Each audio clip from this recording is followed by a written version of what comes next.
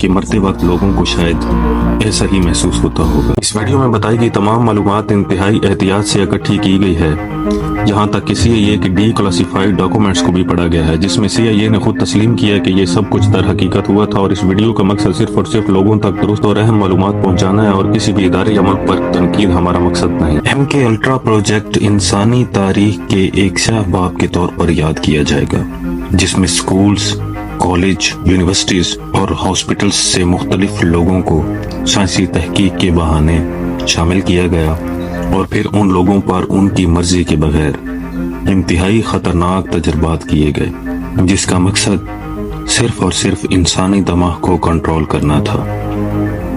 ان تجربات میں جو لوگ شامل تھے انہوں نے بعد میں مختلف قسم کے انٹرویو ریکارڈ کروائے، جن میں ہم آپ کو جینا کا انٹرویو دکھائیں گے۔ مجھے ایلن انسٹیٹیوٹ میں بھیج دیا گیا، جو کہ انسانی تجربات کا وارڈ تھا۔ مجھے ہر دفعہ نائٹرک آکسائڈ دی جاتی تھی، جس کے بعد مجھے ایسا محسوس ہوتا تھا جیسے بس میں گھوم رہی ہوں، تیز اور بہت تیز، اور ہمیشہ سوچتی تھی کہ مرتے وقت لوگوں کو شاید ایسا ہی محسوس ہوتا ہوگا۔ مجھے یہ طریقہ علاج بالکل پسند نہیں تھا۔ مجھے اس سب کے بعد بہت ہی غصے اور ڈپریشن کی کیفیت برداشت کرنا ہوتی تھی۔ مجھے جو ادویات دی جاتی تھی وہ مجھے بالکل پسند نہیں تھی۔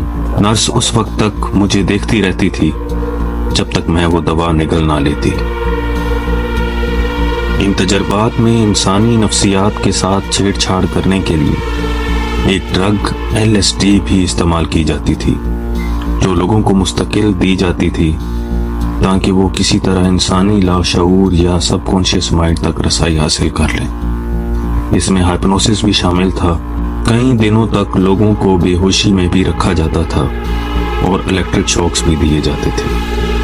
مسلسل 20 سالوں تک یہ تجربات جاری رہے۔ اب سوال یہ پیدا ہوتا ہے کہ 20 سالوں کے ان طویل تجربات میں CIA نے آخر کیا اچیو کیا؟